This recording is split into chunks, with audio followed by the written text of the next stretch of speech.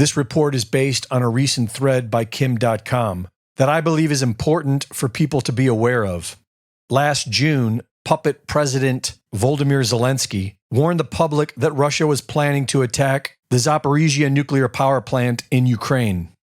There is now talk in Kiev that the real president of Ukraine, Victoria Nuland, has become so desperate for NATO troops to enter Ukraine and continue this U.S. proxy war against Russia that she is willing to murder innocent locals with a radioactive cloud and blame it on Russian forces.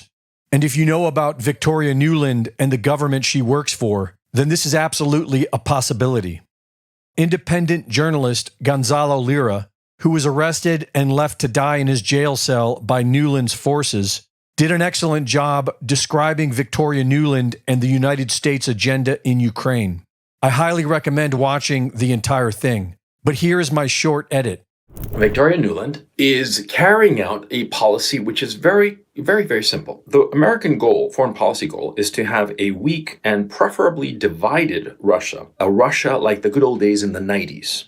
Because in the 90s, after the collapse of the Soviet Union, the United States was able to enter Russia and exploit it to a degree that is unprecedented. Ukraine, since 1991, the collapse of the Soviet Union, has been a cesspool of Western corruption. Oligarchs were not only allowed to rise, but were in fact encouraged to rise by the Western powers, in particular the United States, because the United States figured that by way of these oligarchs, these countries could be controlled. If Russia was corrupt, if Ukraine was corrupt, it would be easy for Western interests to go into these countries and steal. When Putin arose, the people in the West thought, oh, he's one of our guys.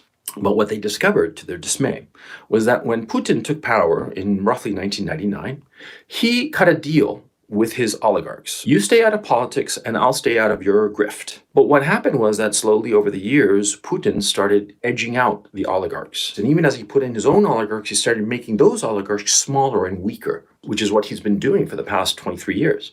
Had Putin not existed in Russia, Russia would be what Ukraine is today. Americans started realizing this in the late 2000s, early 2010s.